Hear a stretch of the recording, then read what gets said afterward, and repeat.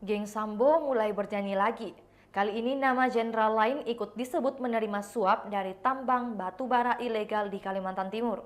Ini diutarakan ex-Karo Paminal Divisi Propam Polri, Hendra Kurniawan saat ditemui media di Pengadilan Negeri Jakarta Selatan, Kamis hari ini.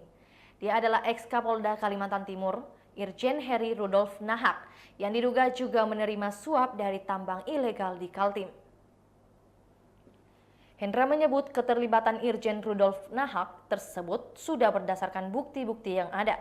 Hendra menyebut suap tersebut diduga dilakukan menggunakan mata uang Singapura. Dia menambahkan, Irjen Rudolf diduga menerima uang senilai 5 miliar rupiah. Namun, dia meminta awak media untuk bertanya lebih lanjut kepada pihak terkait.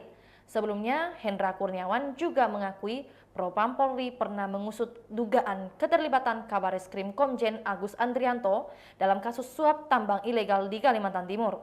Hendra mengatakan penyelidikan terkait kasus tersebut berdasarkan data dan bukan sekadar gosip semata. Itulah tadi berita hot news kita pada hari ini. Saksikan berita hot news lainnya hanya di kanal YouTube dan Facebook Tribun Timur.